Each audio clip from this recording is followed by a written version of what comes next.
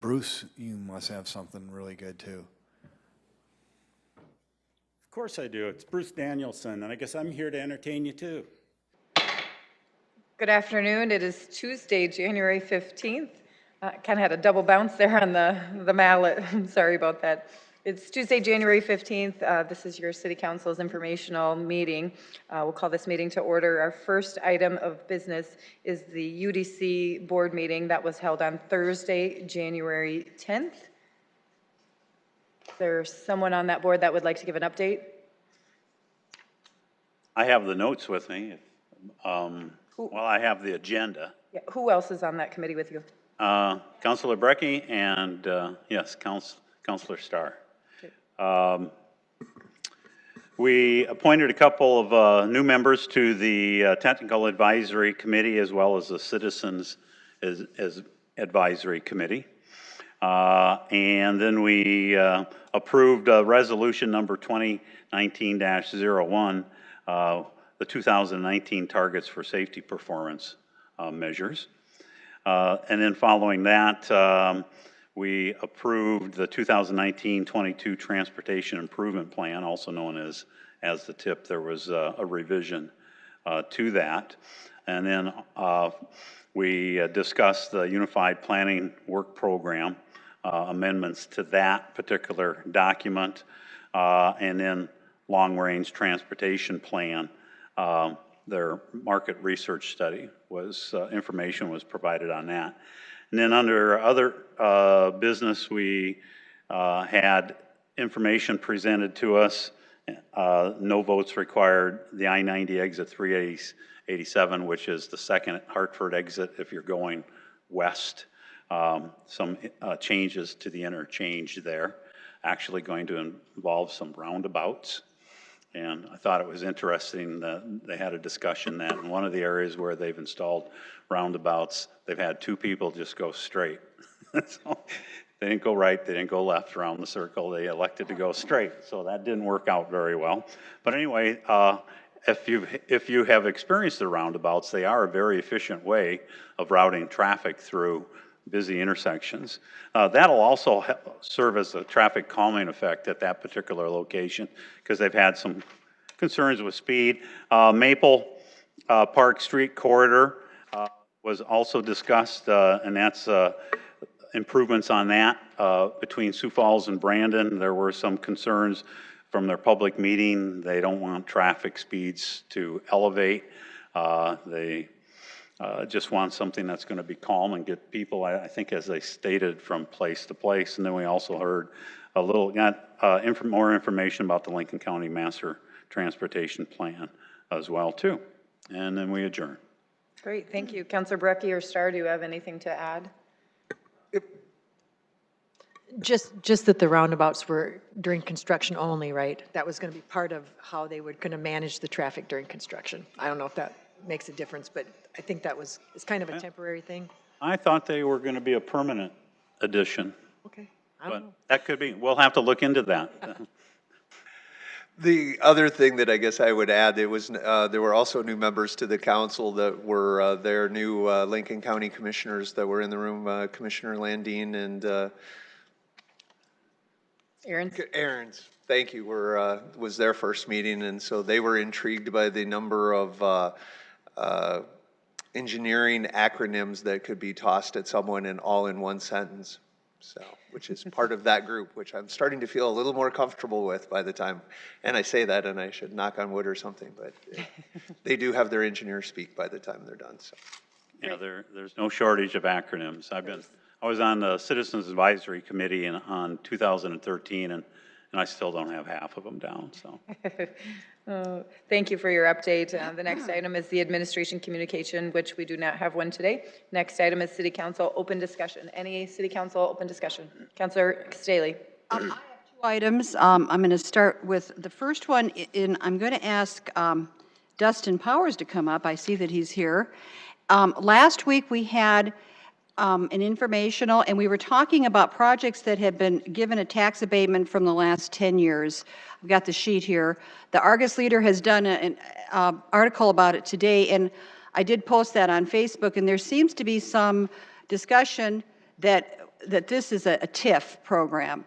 And my understanding was that the council had never voted on any of these expenditures. And I wanted Dustin to just clarify that. Is this, are we talking about a TIF?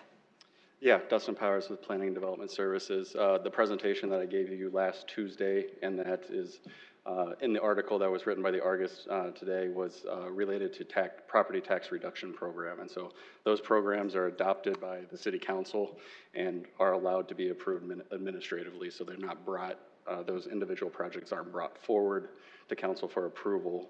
They're just approved based on the authority the council's already granted us via ordinance. So when I say to the public that we weren't aware of these, that is correct? Of the individual applications, yes. Yeah, and that, again, if you would just state that these are not TIFs. Yeah, these are not TIFs. These will be brought forward on a yearly basis to let you know which properties have been granted the property tax reduction. Thank you so much for clearing that up. Dustin, and I know Councilor Staley referred to it as tax abatement. Are those words interchangeable, or are those two different programs? Tax abatement and the discretionary formula, are those two different programs? I probably should know, but Abatement and reduction can mean the same thing. We refer to our program, and it's called in our ordinance the property tax reduction. Okay, okay. Thank you for the clarification. Any other questions? Okay, go ahead, Brecky. Where is that in ordinance? Do you know the specific ordinance that's in? It's chapter 37 of our ordinances. Okay. And there's 3 sections for each of the programs. So there's an industrial, a downtown, and a neighborhood program.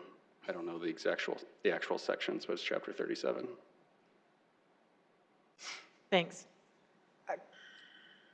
Go ahead, Councilor Neitzer. And I think it's important to point out, having looked at the ordinance, there's been a lot of discussion, I guess, online in the last week, and this isn't discretionary.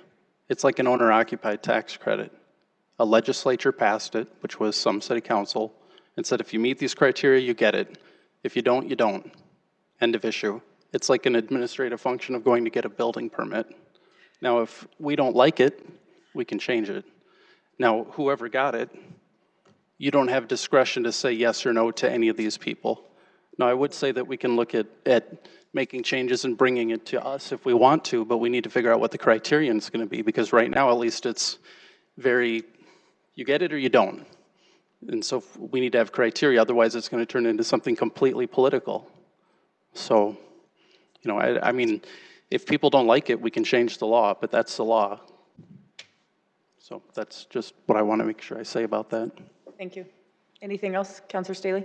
Well, I'm sorry you didn't know that you're going to be doing a kind of question and answer thing here, but I've been thinking about this since your presentation last week, and I'm thinking about ways that we could make this user-friendly for different areas, residential areas in our town. Last week I brought up the Norton Froelich area because I believe you got the Pettigrew Heights and the Whittier areas were identified. And so we could talk about that, but how would, and maybe just we can be thinking about this and brainstorming about it, but how would we make it user-friendly to certain, let's say there's a block of houses that really are run down, they might have some duplexes or fourplexes, and how would we identify that? Could you have a block that could be included, or would it individual residences, or, you know, that's why I wanted to visit with you about how that's going to look, or your boss, who is your boss, Cooper? Yeah, so apparently we need to visit with him, but just having a talk about how the council can be more involved with this moving forward, and have a place at the table. And during Dustin's presentation, he did offer us to engage through Mike Cooper and offer suggestions, offer possible changes, enhancements, extending it to residential in different ways. All of that was offered, and the next steps is bringing it through public services, and then to a full council, and then probably another informational, and then the full council. So this is certainly not a sprint. This is something that's been in ordinance for some time that hasn't had changes since the 80s. But that's why Dustin was here last week, is to engage us and ask for our feedback and for us to be able to weigh in. And so if you've got those ideas through his boss, Mike Cooper, Director Cooper, I'd encourage you all to do that. So thank you for being here. I don't know if you were requested to be here or not, or if you just happened to be sitting in the audience, but thank you. Thank you. Counselor Staley, did you have another item? I did. Counselor Brecky, were you going to say something? No. I thought I saw your hand up. I don't want to. If her hand's up, I'll call on her. Go ahead, Counselor. So the other thing I wanted to mention, and we're talking about, we're going to be having this budget summit, so to speak, a budget brainstorming session. And I was talking to Dave Bixler today about it because my hope on this thing was that we bring our wish list to the table. We're doing it at the end of this month. And so that we can all be thinking about things we'd like to see in the budget.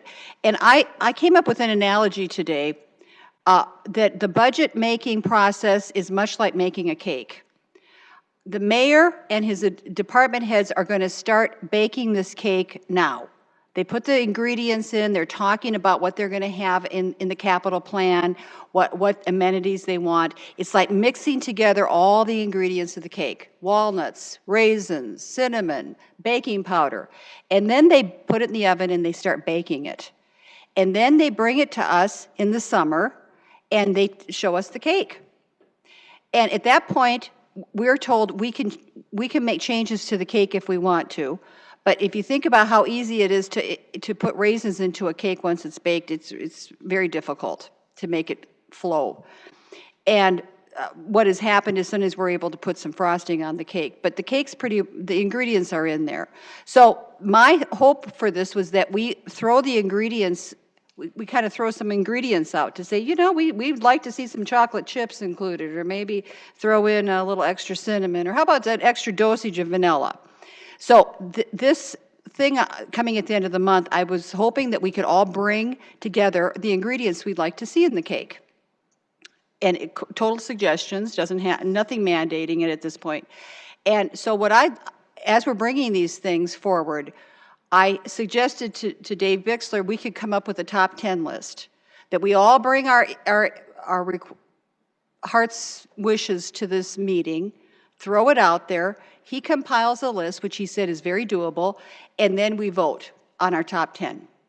And we take the top 10 and say, this is the top, it's a consensus, we've put it together, and these are the top 10 things that are important to us as a council this year, and present it to the administration. Take it or leave it. But to me, that makes sense, that then we all get a chance to have some input, we vote on it. And so I'm just throwing that out, that I think that would be kind of a neat thing to do, because I know we're kind of grappling with how this thing's going to look and, you know, what the purpose of it is. So that's my 2 cents on that. Any other open discussion? Okay, we will move to the next item, Village on the River Park Ramp Update. Matt Nelson, welcome.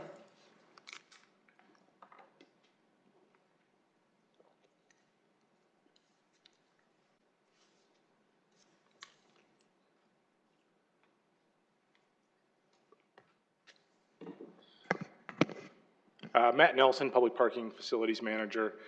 So here to do an update today. Our last update was mid-September. Today in the audience, I do have a representative from Journey Group. We have representatives from the engineering department. It's very likely we'll have a representative from JLG this afternoon. There was a bid opening they were attending, and they plan to come afterwards.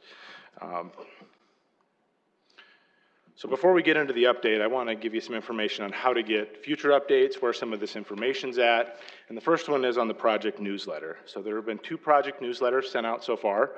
The first project newsletter was mailed to over 4,100 addresses. They were mailed to every address within a half-mile radius of the project. And on that mailer and future newsletters, it does talk about how to sign up for these electronically. We have shifted to an electronic newsletter. So if you would like to sign up, or anyone from the public would like to sign up for those newsletters, you email the email address on here, which is votr@journeyconstruction.com. They will add your email address to the distribution list, and you will receive all future newsletters for the project. The other place to get information if you want to see what's going on is the live site camera. There is a camera that overlooks the site, and I'm going to take a minute and just kind of show you where that's at and how to find it. It's on the Journey Construction website.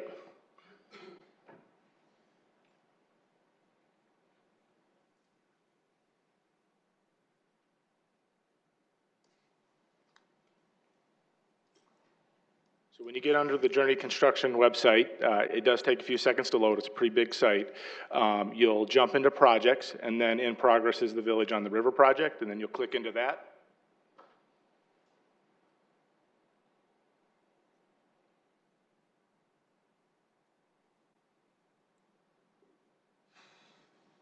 Once you're into the project site, there is a click to our live feed. You can see what's going on site. And what you can see now is they're framing up some of the post-tension decks, getting ready for a concrete pour. You can zoom in and zoom out on the site, and there's also a time-lapse function on here. I'm going to go ahead and play that time-lapse function. It takes about a minute or so to play.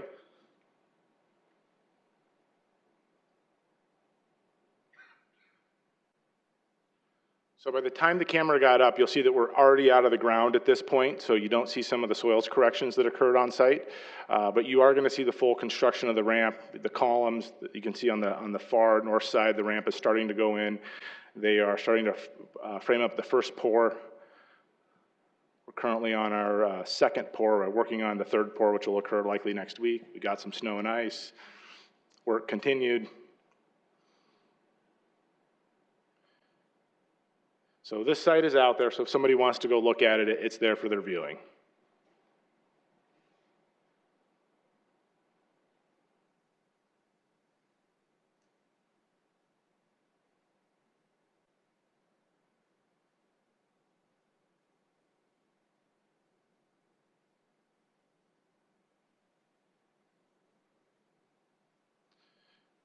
So for our update, today I'm going to focus on some of the things that have changed from the previous presentation and just highlight the changes. So one of the first things that you'll notice on this change is the dollar amount of this project has increased, and that is on the private side. We're estimating that the private investment will go to $50 million from $40 million, and that's to add some of the additional amenities on the project. So total project is approximately $70 million invested in the heart of our downtown. The other portions of the project have remained the same. It's approximately 220,000 square feet with 215 hotel rooms and another 43,000 square feet of commercial space. And we can confirm that this will be the tallest building in the state of South Dakota, over 190 feet tall.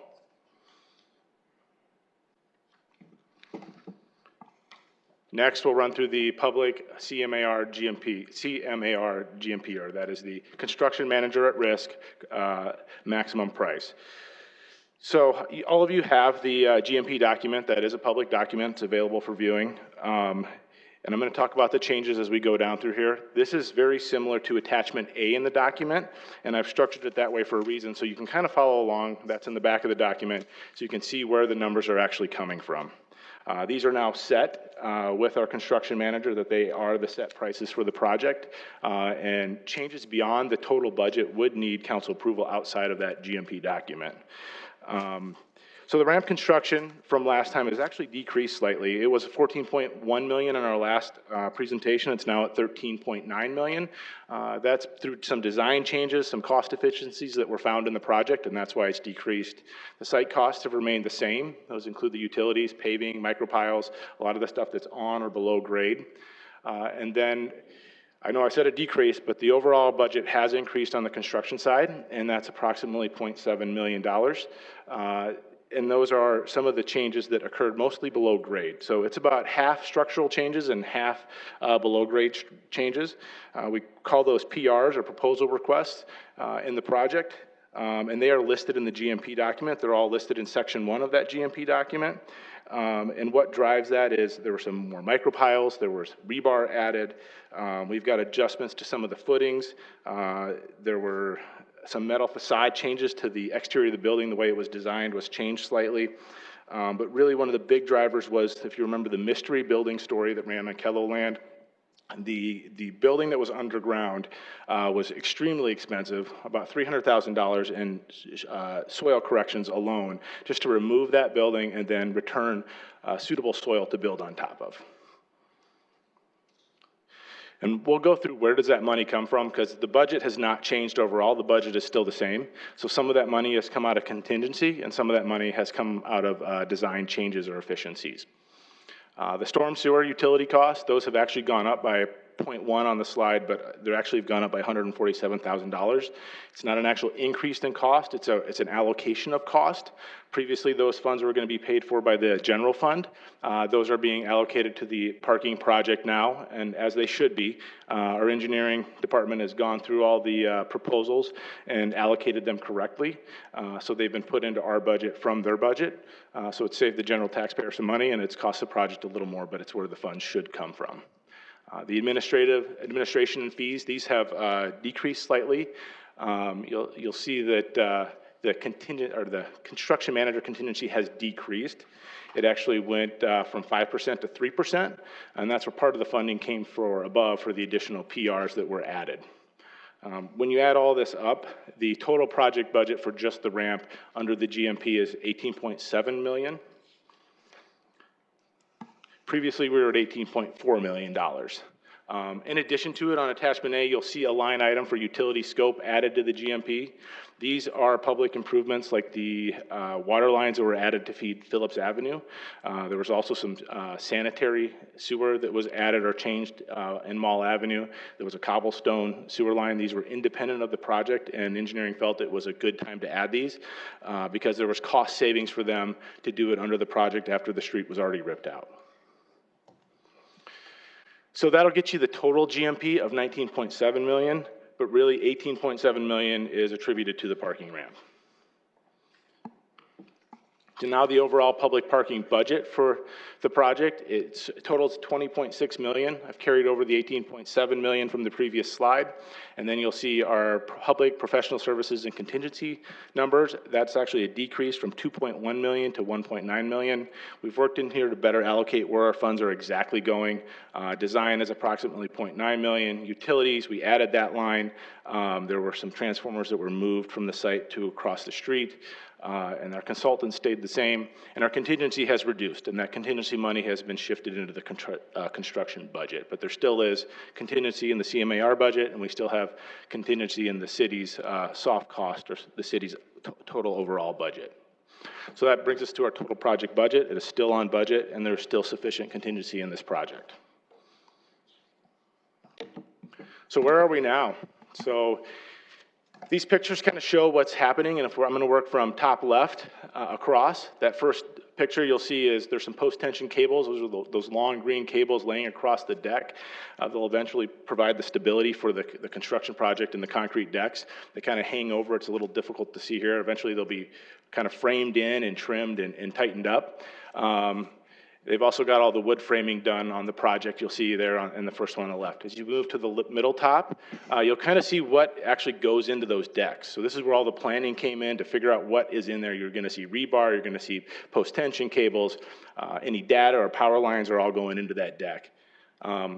The picture on the right, on the very top, what's unique about that, and if you know what you're looking at, there's actually some anchors there, they're red, and then you've got some small metal cables, it looks like they're actually more like, it is a metal cable sticking out the end, and those anchors actually anchor the post-tension cable across the facility, and when they pour the concrete on there, after it hits a certain strength, they will tighten up those cables for strength. As we move down to the bottom, that's kind of just an image of what the overall deck will look like before it gets poured. In the middle, you'll see they'll pour concrete, and then eventually we're going to get a smoothed out finished deck. This is where we're at in the project. We're on pour number 2 of 17 for the parking ramp portion. There's going to be an additional 18 pours for the hotel portion. But this is a continuous process now. We're going to do this over and over again for the next 17 pours, or about 15 more pours. This is our updated timeline. It's very similar to what we saw before. We've cleaned it up and it matches a little better as we've gone in planning. I got further into planning. I'm going to highlight 3 things on the public parking ramp side that I'll talk about a little more. But right now, obviously, we have the post-tension going in. And then next month, we'll start to see the CMU or some of the block walls go in on the bottom level. Precast will start in March. And that'll be on the parking portion of it. And then the post-tension will be completed in April, and April is when we'll transition that post-tension decks to the private side. And we've got 3 completion dates on there, which is a little unusual, but with the project, the way it's structured, it does make sense, and it's kind of the way we found best to define it. The partial completion will occur in November of this year. The crane will still be in place, but what's significant to us is that the general conditions cost will shift off of the parking ramp. There will be no proration, and they will 100% be moved to the private developer. In March, we'll get a substantial completion. We're going to open up approximately 100 parking spots. The only thing that will not be functional for us will be our elevators will not be fully functional, but all the life safety systems will be in place. And then we'll have a final completion in approximately June 1st of 2020, and that's when we'll have access to our full parking facility to lease to customers. You can see the private development timeline is right next to this. So in April, they will start their post-tension as we hand it off. In July, they'll start the structure on the front of the building along 10th Street. By October, that structural steel will be complete.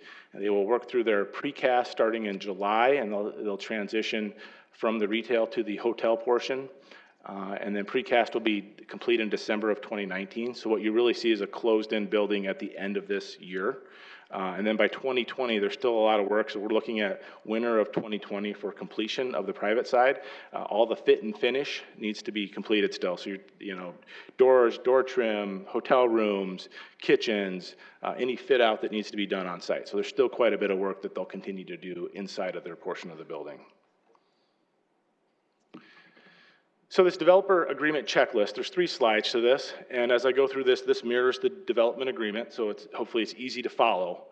So there is one item in the developer agreement that is not listed on here. It's just a general clause that says anything the city may require needs to be completed and submitted. That's kind of an ongoing item.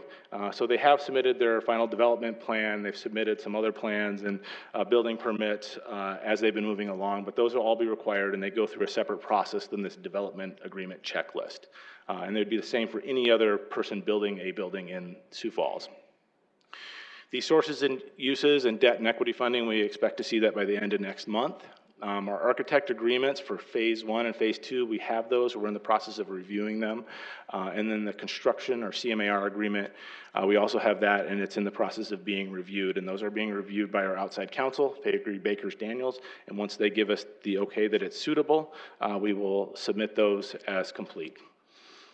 They are still working through their construction agreement for phase 2. We anticipate that being completed by March. And then we'll jump into the private design plans, and on the next slide, we have the private improvement plans. We have received initial plans that meet the criteria for both of those. The PIP, or private improvement plans, are being reviewed, and we'll submit those as complete, hopefully within the next month. And then for the private design plans, the ones that we'll actually submit that will be attached as Exhibit F in the agreement with them will be the construction documents. It'll be a much more detailed plan. We'll get a performance and payment bond for phase 1 and phase 2 prior to construction in April. And there is no coordination between phase 1 and phase 2 contractors or architects because they're using the same architects through the entire project. We've obviously received our initial payment. We'll receive a second payment in April, and then we'll receive a final payment at occupancy. Buildings risk insurance policy is in place for the entire construction project, and then we'll also expect some public liability insurance, permanent insurance once they open the building, and then any insurance certificates that are required, they will submit to show that it's satisfactory. With that, I want to talk about some of the changes to the facade. So this is an updated image and what the project will look like. We do not anticipate any substantial changes to this. This is what you'll see if you're coming over the viaduct from the east as you come into downtown. And if you look at the main floor on the bottom level, you can see the retail space on the east side, kind of below that black line that runs on the second level. That will all be retail space, and it's kind of exciting because one of our goals was to create walkability downtown. It's been a hot topic, and that's truly going to provide a place where people can come and shop and enjoy our downtown. The second level where you see that black band on the east side, that's actually going to be conference and event space. Above that on the third level will also be conference and event space. And then on the fourth level above that on the east side will be shared amenities between the hotel, which will be a pool, meeting rooms, fitness center on that side. When you look at it from Phillips Avenue or from the west, You're going to get a slightly different facade look. You're going to really see that architectural panel pop out, which is that yellow panel. And on the bottom level, you're going to have the hotel lobby for one of the hotels, which is the AC Hotel. And in the middle, right next to that on street level, you're going to have the hotel lobby for the Residence Inn by Marriott. On the second level, it will be a bar and a restaurant. On the third level, it will be a bar and restaurant also with some kitchen area. And on the top level will be back of house operations and some administrative offices for the hotel operations. So as you go up above the parking ramp, which you kind of see to the back there, there will be two entrances. One entrance will get you to a retail parking area of about 40 parking spots. It's a one-way entrance and it exits out of the back of the ramp. And then the entrance further to the north will take you up the ramp, and it would be just like our 8th and Dakota ramp. Basically, you drive up, you park, and you turn around, and you come right back down. It's a single helix design. On top of our facility, obviously, you're going to have the hotel. You're going to see the Residence Inn is 5 levels and approximately 101 hotel rooms. Floors 12 through 14 will be the AC Hotel by Marriott. It'll be 3 levels and approximately 114 rooms.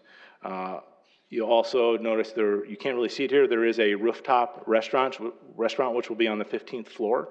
So that'll be on the top. And there's also going to be some rooftop terrace space on top of the retail. So you're going to, the first floor, 4 floors on the front. On top of that, there'll be some terrace space. One thing that you may have noticed, the colors have changed.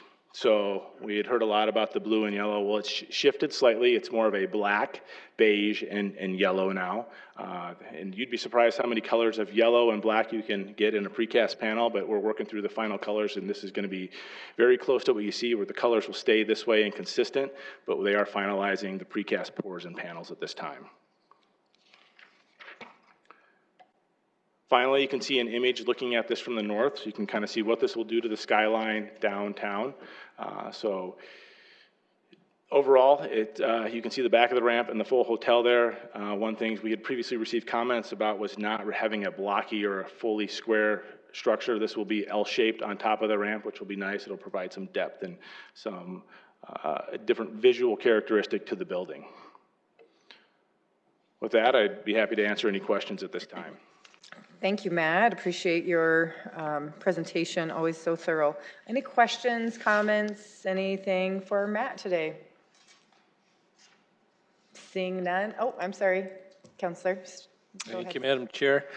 Matt, so you told me 114 rooms in the hotel, correct?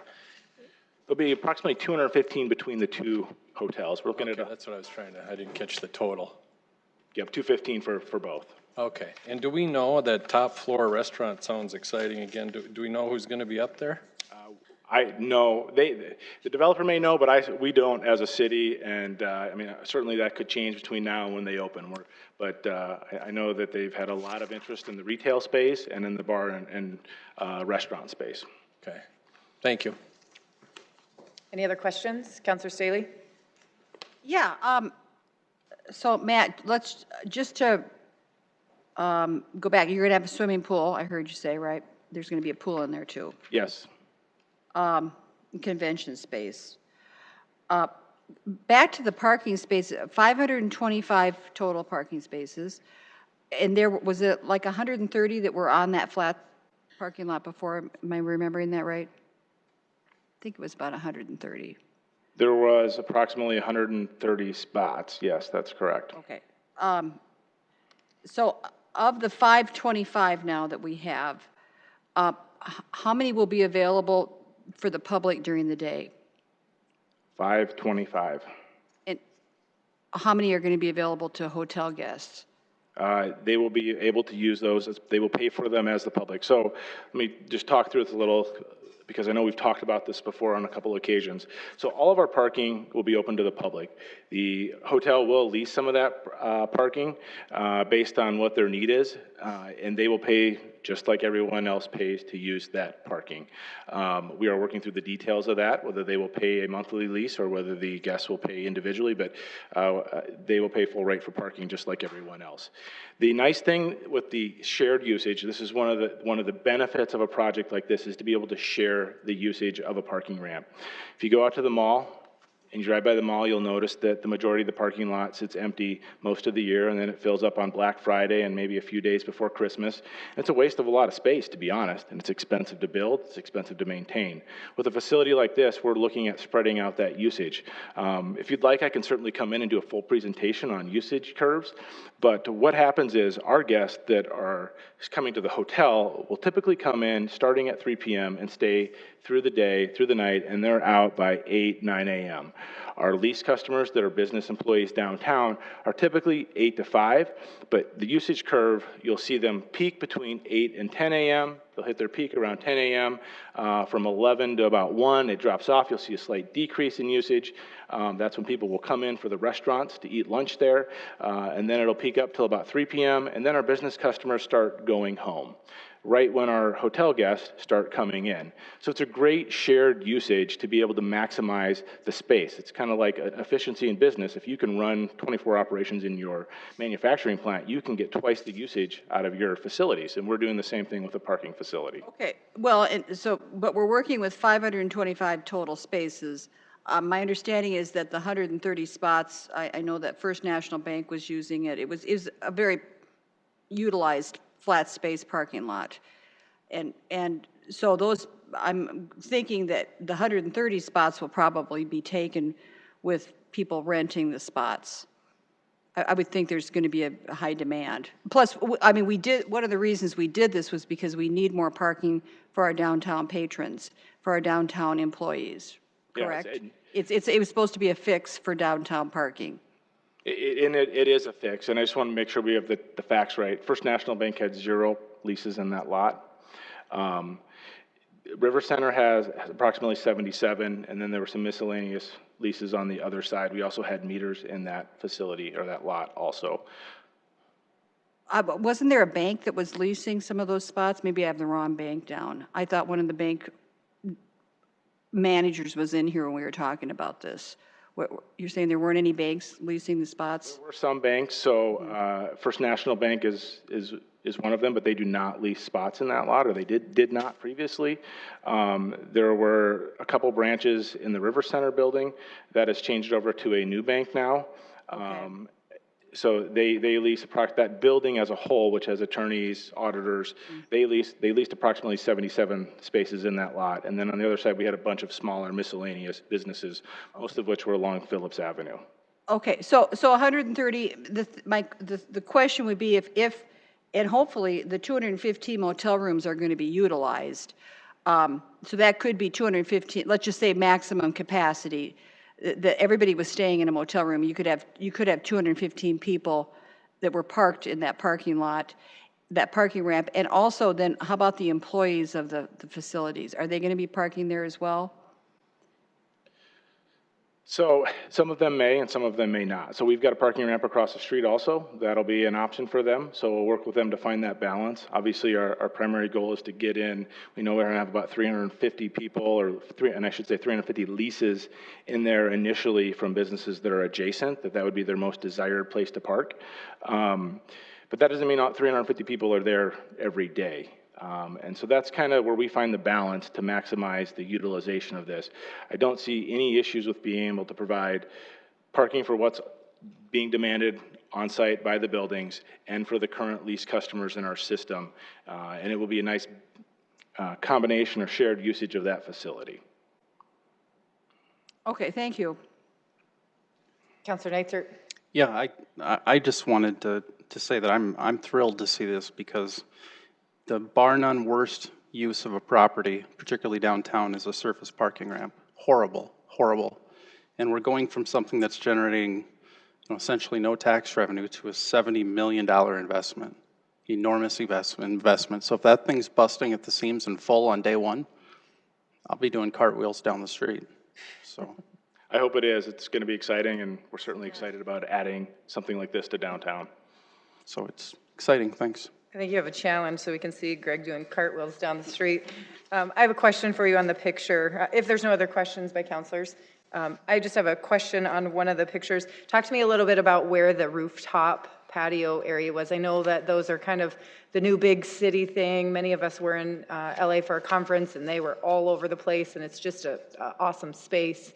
to be outside when we can. So there's going to be multiple ones in this facility, and I'm glad you asked that question because I didn't talk about it. So as you look at this building from the west, you're going to see the ground level, and it looks like it's open underneath that yellow bar restaurant area. That's actually going to be a pull-up area for customers to come in, drop their luggage, and check in. Directly above that, can be an open patio. Those are movable glass walls. So when the weather is suitable, they'll be able to open it up, and then they'll be able to close it for the rest of the year. On the third level, right above the yellow panels, same thing with same type of concept. They'll be able to open that up and close it as needed. On top of the fourth level, where you really can't see it, there actually is going to be some patio space on that fourth level, so that will be a third patio area. And then on the 15th floor, on the very top of the hotels, there will be a fourth patio area that will be open. Thank you for answering that. I think this is exciting. I appreciate your update. It's nice to know it's on track and moving forward. So thank you again, and counselors, feel free to reach out if you have questions before the next update. I know that you do these about quarterly-ish, but if something changes, you're welcome anytime. Thank you. Our next item up is the National League of Cities City Summit Report by Councilors Brecky, myself, Kylie Selberg, and Jim David, City Council Operations Manager. We will take turns presenting. We're happy to answer questions. Many of us went to the same mobile workshops and other breakout sessions, and so we've chosen to have one counselor present on those topics. And Jim, you are first. Good afternoon. Jim David with the City Council Office. I'll be kicking off this joint presentation with Councilors Brecky, Erickson, Kylie, and Selberg, who attended the National League of Cities City Summit in Los Angeles, which was late last year. This conference included 4,000 attendees representing 2,000 cities and towns, and also the cities of not just Sioux Falls, but also Rapid City, Brookings, and Yankton. My portion of the presentation will focus on Los Angeles's effort to clean up their 4 primary watersheds. As everyone knows, LA is fairly dry, receiving only 15 inches of rain annually. By comparison, Sioux Falls receives about 28 inches annually. This semi-arid environment within an urban area creates opportunities for trash, metals, bacteria, oils, and other pollutants to accumulate on the surface when there is rain. When there is rain, it tends to severely pollute the watershed and drainage ways, including the Los Angeles River and Bologna Creek. During the conference, the City of LA highlighted 2 efforts to address their polluted watersheds. In South LA, the city repurposed blighted property that once housed their bus fleet into a 9-acre public nature area constructed in 2012 for $16 million. Here are the before and after. So this is before, and this is what it looks like today after that effort.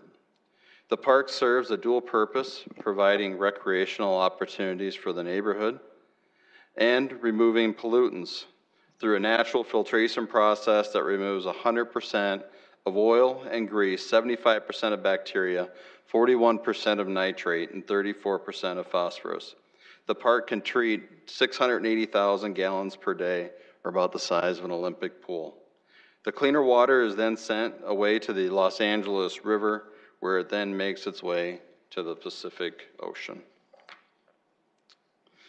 The Bologna Creek watershed covers approximately 130 square miles. Bologna Creek itself is a 10-mile concrete channel that empties into the Bologna wetlands prior to the Pacific Ocean.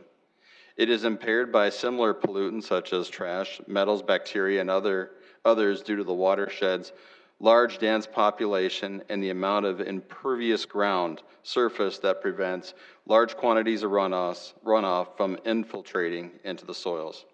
The City of Los Angeles is looking to spend $24 million in 5 years to improve the water quality within the watershed. This effort includes additional regional detention ponds, low-impact development, and green streets. And for your information, I did just present an example of what a green street is, and what happens is you'll notice within the boulevard that the water drains into it to where you have your plant life, And then there's typically, it settles into the ground, but the amount of water that does run into the street, it's pervious, so it does actually soak through, and then it goes into like a French drain, which then goes into the storm system, but it tends to be much cleaner water than just water coming directly from the lawn and into the storm sewer system. With that, I'll just hand it over to Councilor Kiley.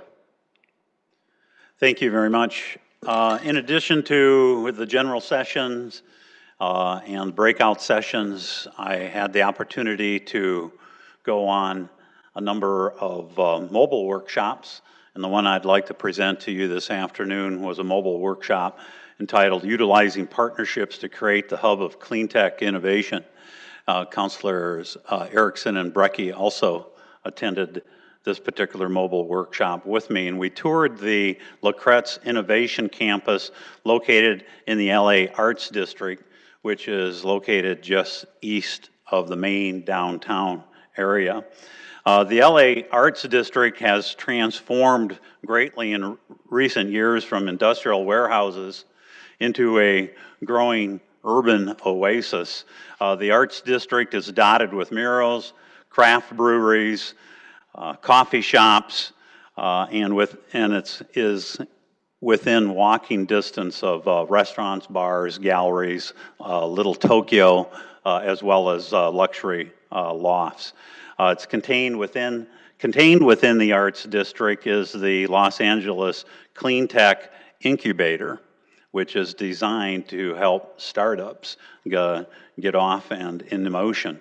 So the Clean Tech Incubator is a partnership among public, private, and educational sectors. It is a result of the Clean Tech Los Angeles Alliance among the mayor's office, the city's universities, which include UCLA, USC, and Caltech, the Los Angeles County Economic Development Corporation, the Los Angeles Business Council, the Los Angeles Area Chamber of Commerce, the Los Angeles Community Redevelopment Agency, and the Los Angeles Department of Water and Power. There's actually over 50 partners that work together to make the Clean Tech Incubator work, but those were the main partners. The LA Clean Tech Incubator houses over 30 clean tech startups and is located on the Lacretz Innovation Campus. It's housed in a fully renovated 60,000 square foot building on a 3.2 acre campus owned by the LA Department of Water and Power. In addition to serving as an incubator for startups, visitors can explore the Los Angeles Department of Water and Power's Customer Engagement Lab. The Engagement Lab provides educational exhibits about water, power, as well as the department's programs and efforts to conserve, to save, and to build a modern, sustainable, and resilient city. The Lacretz Innovation Center is a place where entrepreneurs, engineers, scientists, and policymakers can collaborate, promote, and support the development of clean technologies in LA's green economy. It helps fast track the commercialization of clean technologies in addition to accelerating new products developed by independent entrepreneurs.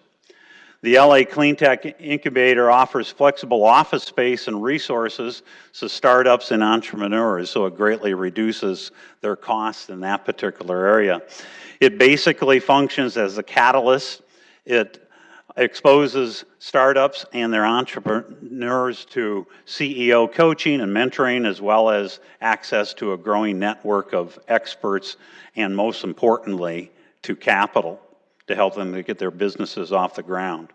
It is the business equivalent of baseball's farm system.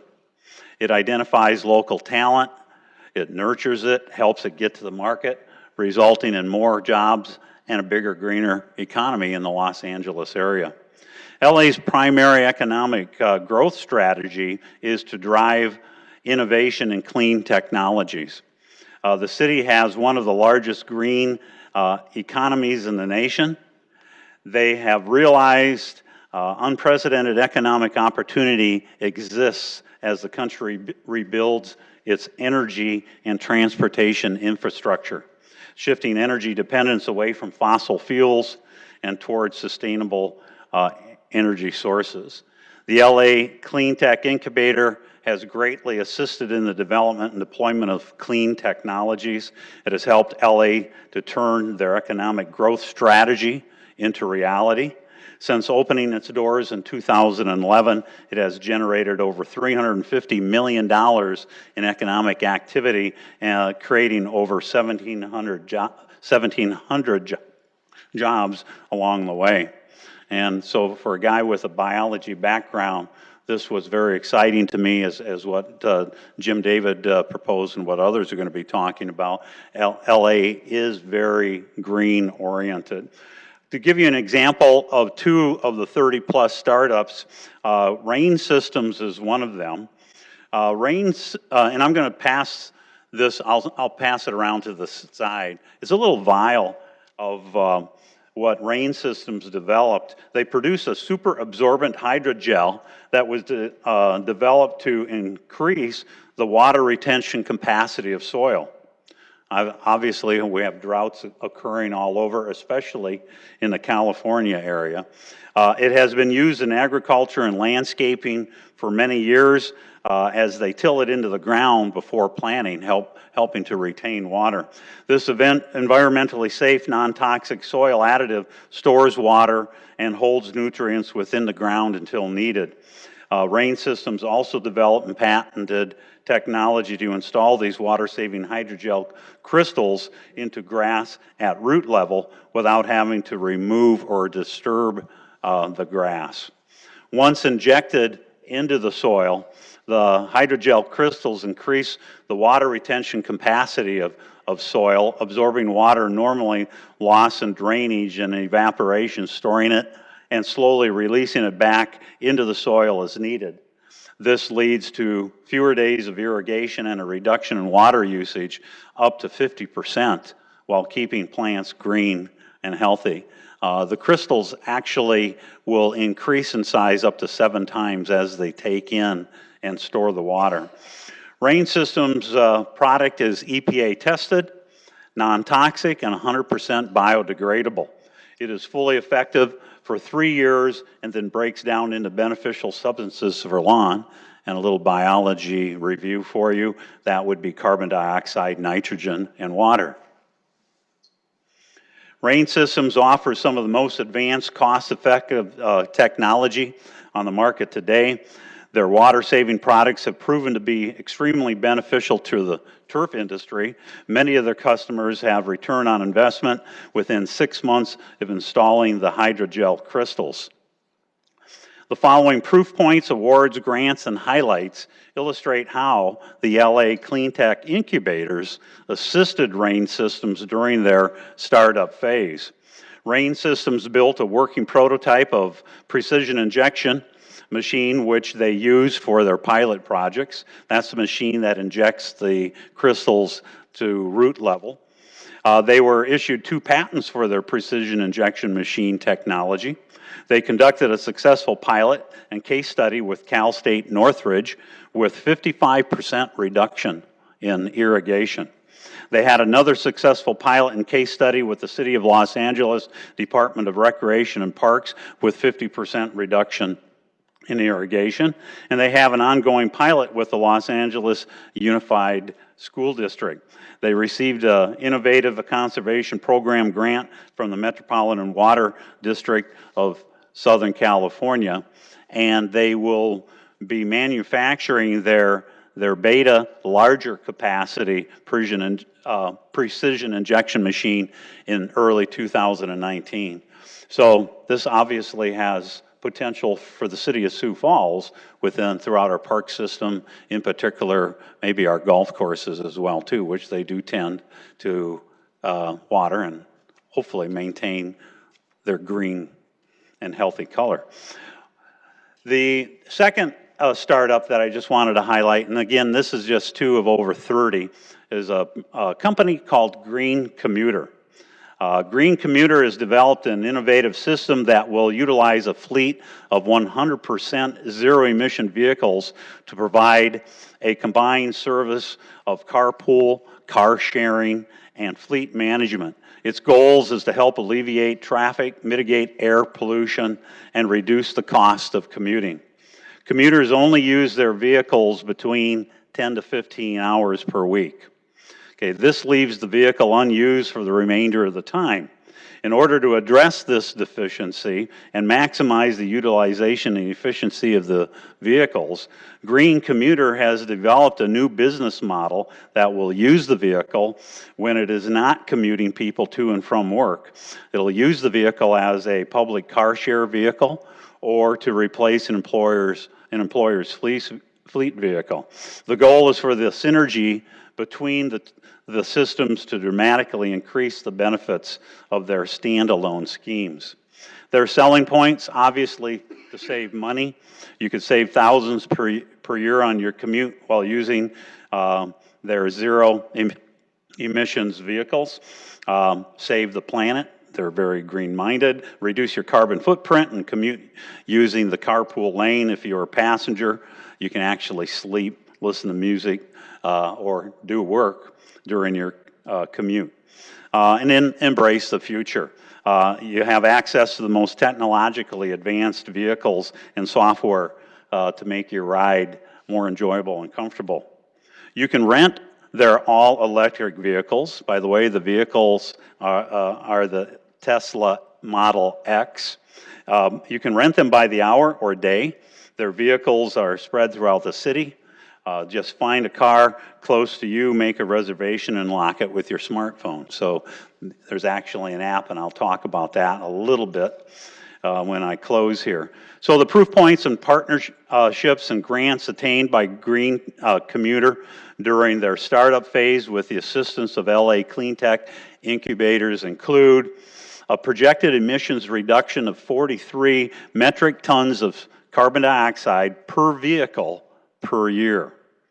A partnership with Los Angeles County, another partnership with San Joaquin Valley Air Pollution Control District, and lastly, they have also received a low carbon transit operations program grant for a pilot project in Fresno County. As I mentioned, they have the app. Once you schedule your car and you locate your car, it'll actually take you through the process of disconnecting the charger. Since they're electric vehicles, they need to be charged when they're not in use, so it takes you through that process. You can unlock the car actually from the app. It shows you some of the differences between an electric car and a gas-powered combustion engine car, such as how to put it in drive and reverse, because it is different, as Councilor Brecky experienced during this particular trip too. So actually, if you go online, they have a little video that features a polar bear driving the car, and the reason, obviously, they selected the polar bear is that they're endangered because of the reduction of the polar ice caps due to the global warming. So as I mentioned, all of these companies are developing green technology, and wouldn't be possible or may not have happened or happened as quickly without partnering with the incubators there in Los Angeles County. So, thank you. Am I up? I knew I should have gone before Councilor Kiley. I will be probably the brief portion of this program because I know that very nice job, Councilor Kiley, and I have seen Councilor Brecky's notes, so I will give her some time today. She's ready to go. I attended a couple of the workshops, all very interesting. The one I'll talk about today is one Jim David and I attended, Transforming Travel, the Airport of the Future. The LA Airport, which is the second busiest airport in the U.S., they're undergoing a $14 billion renovation.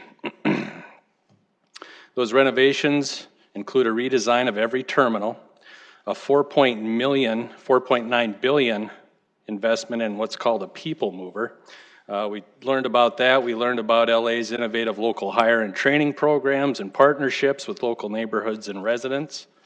I didn't take, oh, there's the picture. I was going to say we got the one picture there. As we toured around, it was kind of fun, but it took 1 hour just to circle the tarmac or the runway of this whole airport. And it was a full hour too. I mean, just going from here to there. Can you imagine circling the Sioux Falls airport? I'm not sure how long it would take, but an hour would be quite a stretch anyway. But this picture here is an Australian Airbus. And how many people again did that carry? I don't even know if they told us, but we took pictures up against it, and you stood and looked at it, and it was like a building. It was amazing. But anyway, some of the things that we covered on this airport tour, it started out with a program called Transforming Travel, and it was about an hour or so presentation by the airport's leadership, and it was very interesting. We kind of sat in and got the slides and the movies and kind of the background of everything before we toured the tarmac. Stephanie Sampson was the public relations manager. She was a rock star, and she did a lot of the presentation, plus she gave the guided tour as we circled the runway and looked at all the different things that they were doing. Some of the features that they talked about included, we looked at the Flight Path Museum and Learning Center. It's the only aviation museum and research center situated at a major airport, and the only facility with a primary emphasis on contributions of civil aviation to the history and development of Southern California. We saw the Landside Access Modernization Project, or better known as LAMP, and this was an extensive project at LAX. It's meant to alleviate the traffic of the world's 5th busiest airport and America's 2nd busiest. And then they talked about, as I talked about before, the People Mover, this $4.9 billion project, and what that is a 2.25-mile elevated guideway train system, and it's the centerpiece of the Landside Access Modernization Program, and it's designed to revolutionize the traveler experience. It provides easy access to the airport and cuts down on traffic, and again, they were quite a ways through it, but there's a lot left to be done. But you pretty much circled everything and took a look at this. And again, when you picture $14 billion, it was kind of overwhelming. They talked about how this is also a green project, this airport's green project. They talked about energy stewardship, water conservation, natural resources, air quality, how they're trying to tie all that into this as well. And I think probably, when learning about this, are these the type of changes, will they affect us at the Sioux Falls Airport? I think probably, obviously, as time goes on to a certain extent, but it was definitely seeing the possibilities and what's out there as far as air travel and airports of the future. And on the entertainment side of things, it was really kind of fun because you'd go through a certain portion of this, and they had pictures and memorabilia. Obviously, every star that's ever been born or that's around or has been around has been through that airport. And they had all kinds of neat, I can't believe I didn't take more pictures of that too on top of it, but that was really fun. And one of the unique things I took out of it too, they actually have private suites. As you drove around the tarmac, there's little places off to the side on the tarmac that the rich and famous can rent these little bungalows while they're in between their flights, and whether it's a few hours or a night or whatever. And I think she talked about the rates, but it's a little more than your standard Holiday Inn, that's for sure. But that was kind of fun too. But anyway, it was a very interesting tour as far as in summary of the trip out there. What a fantastic opportunity. I was very grateful for the experience. A couple of the takeaways that I had on LA in general. It is very green oriented, as Councilor Kiley had talked about. It's beautiful in a variety of ways, but I think a couple things that stuck out to me. Garbage everywhere. I actually took pictures of that. I didn't figure it'd be nice to put pictures of that up here, but we drive from a bus to here to there, whatever, everywhere along the interstates and the travelways. It was really kind of depressing in a way. It was beautiful, but garbage everywhere. And then some areas you drive by and see these homeless areas and camps, and that kind of gave you some reality checks too. And then the 6 to 8 lane traffic. I know Jim and I were coming into LA at about rush hour Friday one time, and that was an experience that once was enough. So anyway, very interesting tour. Enjoyed the trip a lot, and with that, I will pass it over. Thank you. I'm next. Oh, sorry. That's okay. The one that I want to share about is actually the Watts Rising, how community-led change is making lasting impacts on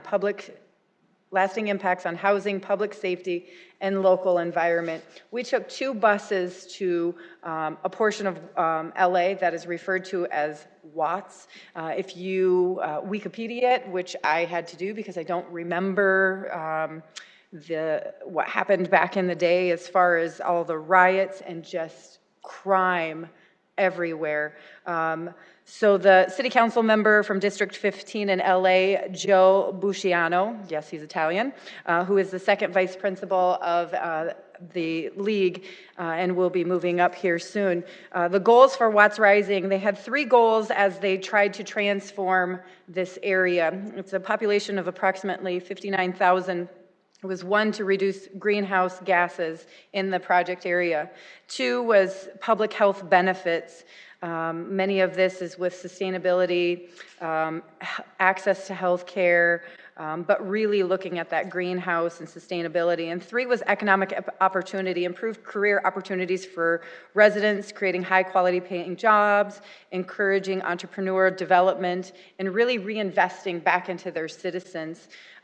With that, some of the statistics from what they've been able to change and do, they've been able to change the average year of life expectancy. Back in the day, it was life expectancy was 12 years less than the rest of LA. So if you're, whatever that life expectancy is, if you were born in the Watts area, you were expected to not make it 12 years less than other people.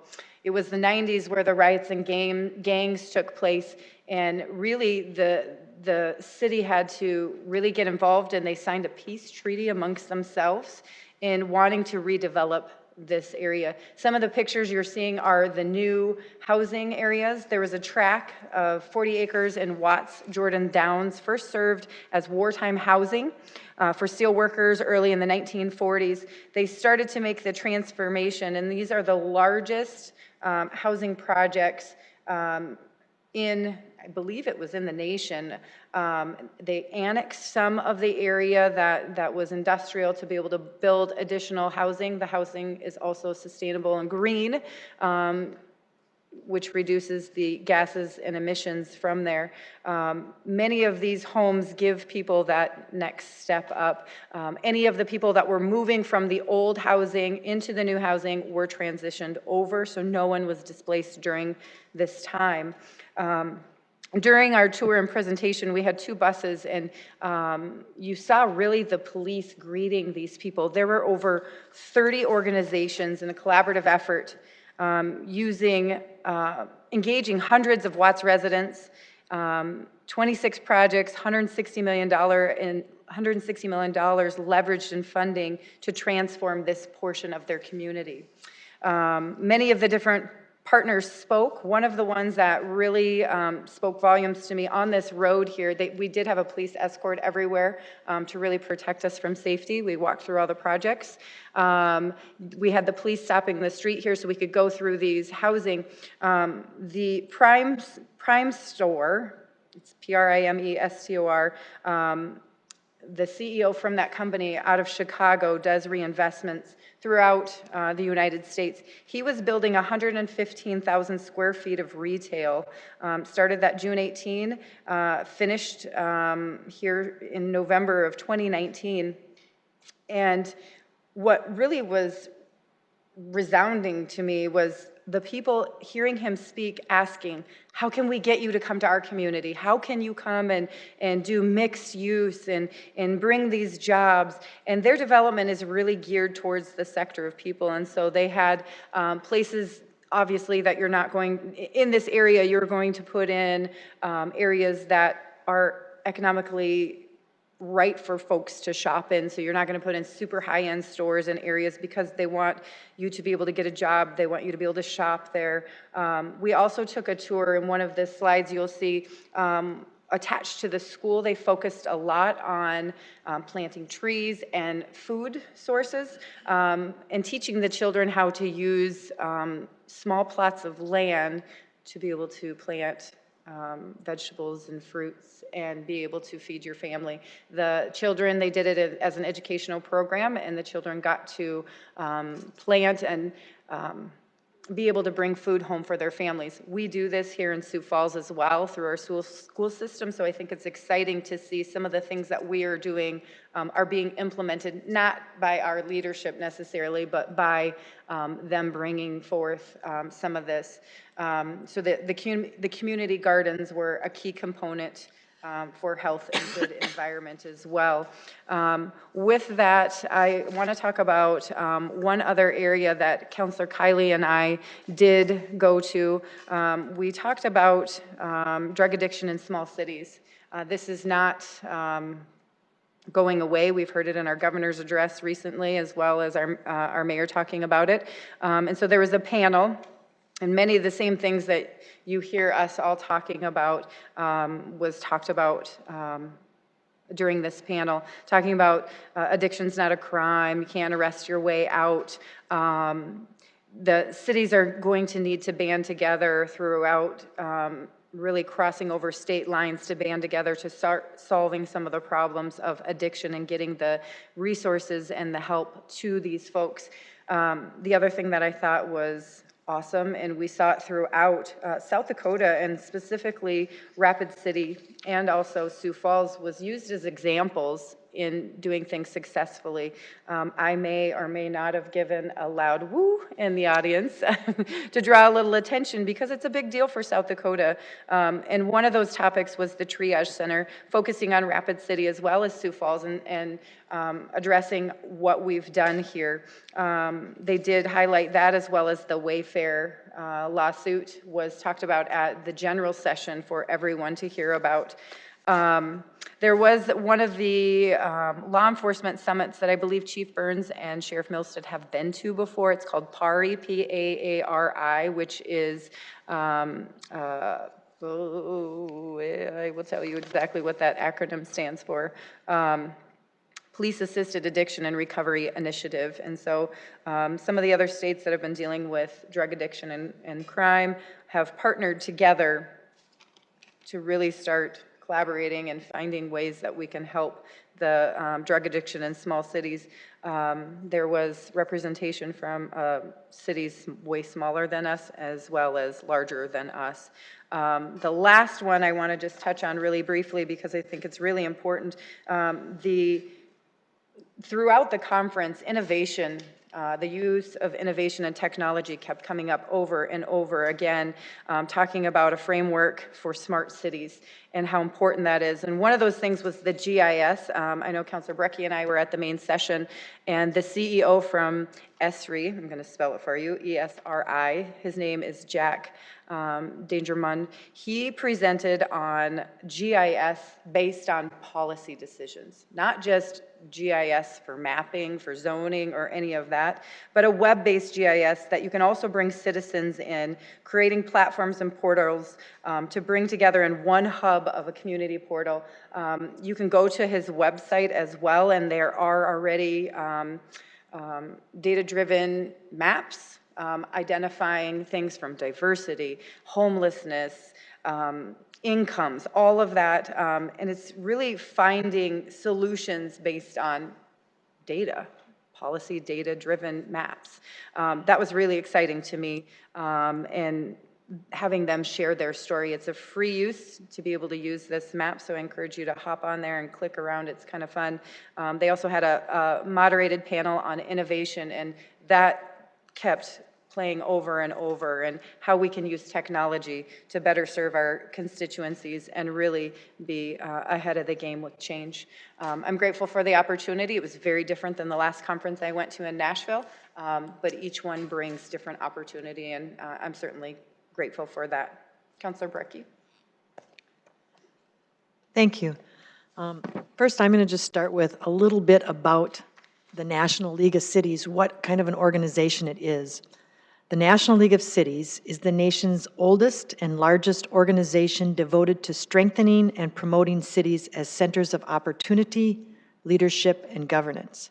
NLC is a resource and advocate for more than 1,600 member cities and the 49 state municipal leagues, representing 19,000 cities and towns and more than 218 million Americans. NLC's Center for City Solutions provides research and analysis on key topics and trends important to cities, creative solutions to improve the quality of life in communities, inspiration and ideas for local officials to use in tackling tough issues, and opportunities for city leaders to connect with peers, share experiences, and learn about innovative approaches in the cities. You know, it's no secret that I'm an advocate for as many members of the council attending the National League of Cities as we can do without violating any open meeting laws, because I believe it is the premier organization for cities. And I do believe that if we can afford only one conference, this is the one. If we can afford only one membership, this is clearly the one. And a subsection of National League of Cities is the Congress of Cities, and that meets semi-annually and is a different kind of subsection of National League of Cities. And I really do hope in our budget discussions that we can look into that, because I think we should be tending to that as well, because that is kind of monitored. It's part of what the National League of Cities does, and you actually go out and actually, lobby your congressman. And we are a large city, and we should be part of that as well. So it's something I would just say to my fellow council members, I think it would be worthwhile to discuss and think about. With that backdrop, I obviously support, participation in it.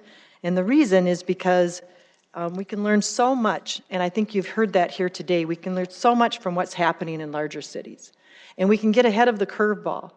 It oftentimes, and you heard it today, we can downsize or modify it to fit our needs, or we can get ahead of the curve. We can put our catcher's mitt on, we can identify the problem as it's emerging and deal with it before it becomes a problem. Also, I think we found there that we can reaffirm, as Christine said, we can reaffirm some of the things that we're doing. We're already ahead of the curve. We've got game. We're actually addressing the issue before it becomes a problem. So it can be a reaffirmation and keep us on track. An example of that is when I got back, I had learned after going to the seminar at the Hyperion plant that they were using the tree waste. Their tree waste was being used to develop a high-level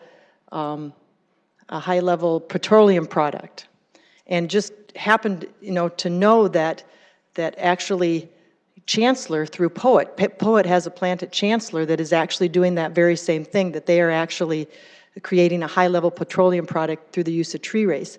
So when I got back, I talked to Mark Cotter about our ash borer problem, and I asked him, are we exploring that? And they were already talking about it. They had been using the plant at Chancellor, but it was reaffirming and talking with him that was something that they were considering doing, and then we have since learned that they are doing that. So all of our tree waste is going to actually go, to Chancellor. Well, this was something that Hyperion was doing out in Los Angeles, so it was reaffirming that we were, considering and actually moving forward on doing that, which is going to, save a lot of money, because we just had that presentation. That's going to actually purchase, the money saved or garnered from that is going to actually help us purchase the equipment and the staff for exercising that program. So just an example of how something can be reaffirmed. Okay, we've got it. We're doing the same thing. Making the smart moves that they're doing out in Los Angeles. So I want to just spend a little time talking about the cutting-edge speakers that we were exposed to during the general sessions. I have a list of them here. We heard from Eric Garcetti, the mayor of Los Angeles, and as Christine talked about in his very opening session, he talked about Wayfair versus South Dakota in a very grateful and thankful way.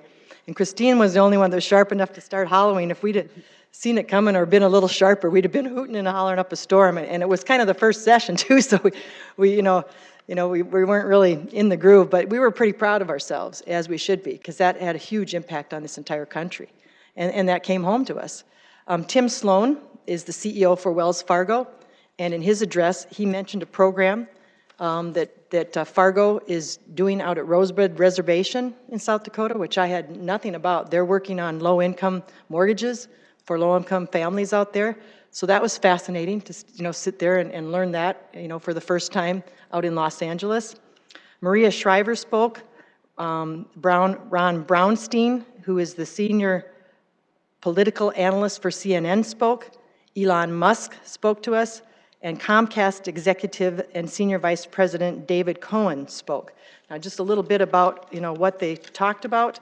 Ron Brownstein from CNN, the senior political analyst, spoke about the difficulty of the polarization in Congress and basically explained why it's probably not going to end soon, and that would be due to, just there's demographic reasons that are driving the polarization. In other words, the constituents are driving the polarization because of demographics and what's happening as much as the actual congressmen are becoming polarized themselves.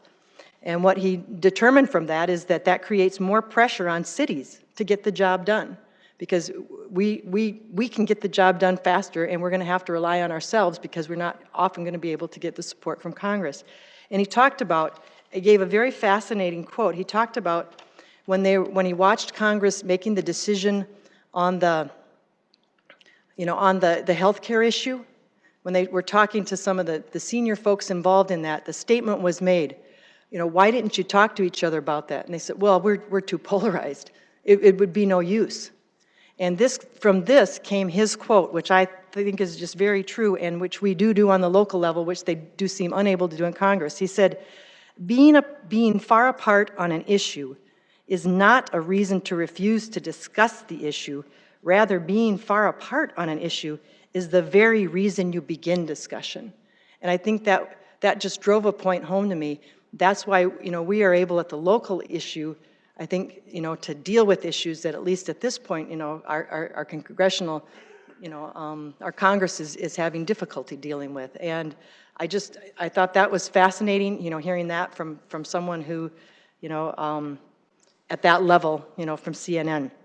And then we had Elon Musk, who, talked to us about the future of transportation, and his car company, Tesla, was there. I got the opportunity to ride in one of the Tesla vehicles and was able to garner a lot of information, about that whole situation. And I bring from that something which I think is highly relevant to the city of Sioux Falls, and that is that in Los Angeles, they have a goal to have 40% electric cars in 5 years. And in the country, currently there are 3 companies making electric cars. In 5 years, there will be 10 companies making electric cars. And our country has set a goal that in 10 years, 50% of the vehicles will be electric. Now think about what that does to the gas emission issue. And think about that does to the city of Sioux Falls as we now become a large city.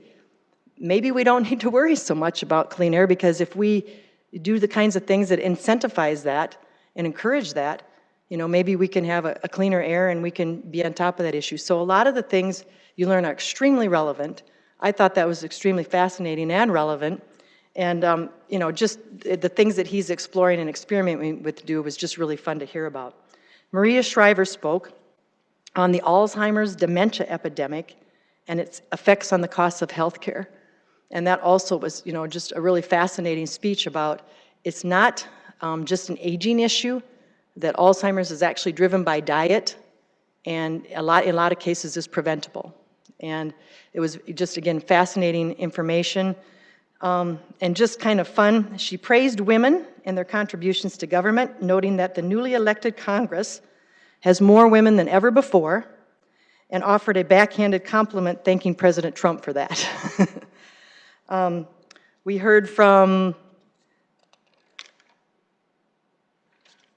the gentleman from Comcast, treated us to a night. He offered a speech, and he was their chief diversity officer, and then treated us to a night out at the Universal Studios Center, where we were treated like royalty, and they had actually sectioned off a whole segment of the operation just for us. So we got to go on the Harry Potter ride and the Simpson ride. That was the final kind of grand finale of the conference, and it was, it was really fun to be treated like a VIP.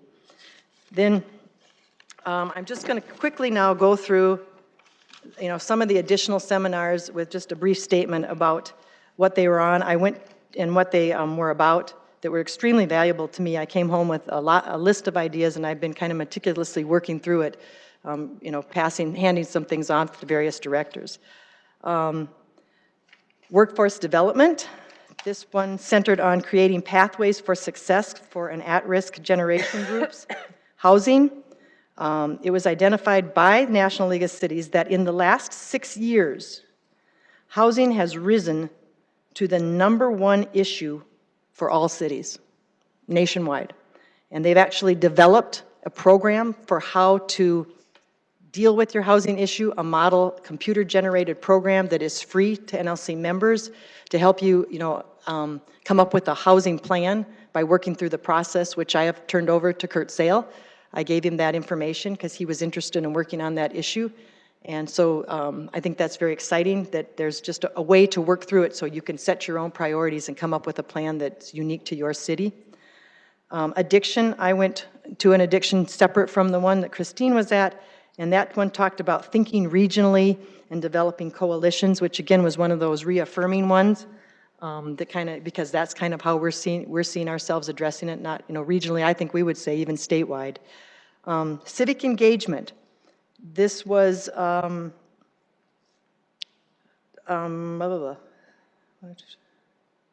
civic engagement. From this one, I brought home an idea, and I'm working with Erica on it as we speak, how to get citizens involved. And I've been working with her on some ideas that we're talking about how to get them involved earlier in the planning and zoning process so that their voices can be heard. There was one on communication, how to take adversity out of problem solving. It's strange that we need that because it seems fundamental, but there's an issue. I think there's an issue, and so it was really valuable information, which I intend to share with the full council. The handout was great. There was one on the 2020 census, and I thought this was very enlightening for me. They talked about the census and how significant it is. It says basically the significance of a census is funding is determined by census. So in large cities across the country, and now we are a large city, we have to make sure that that every single person is accounted for. Having a good and accurate census, actually, tells you how much funding you're going to get for a whole myriad of programs. And it's a particularly significant issue with the next sentence because there's some litigation that's been raised trying to identify what citizenships actually mean in this country. And depending on the outcome of that, it's going to have huge consequences for the larger cities and probably some consequences for the smaller cities.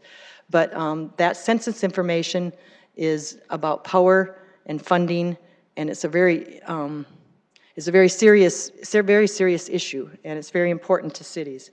Outcome budgeting, that was a fascinating one, probably the one I'm most excited about. It allows you to fund today those programs that make a difference and align with your priorities and goals.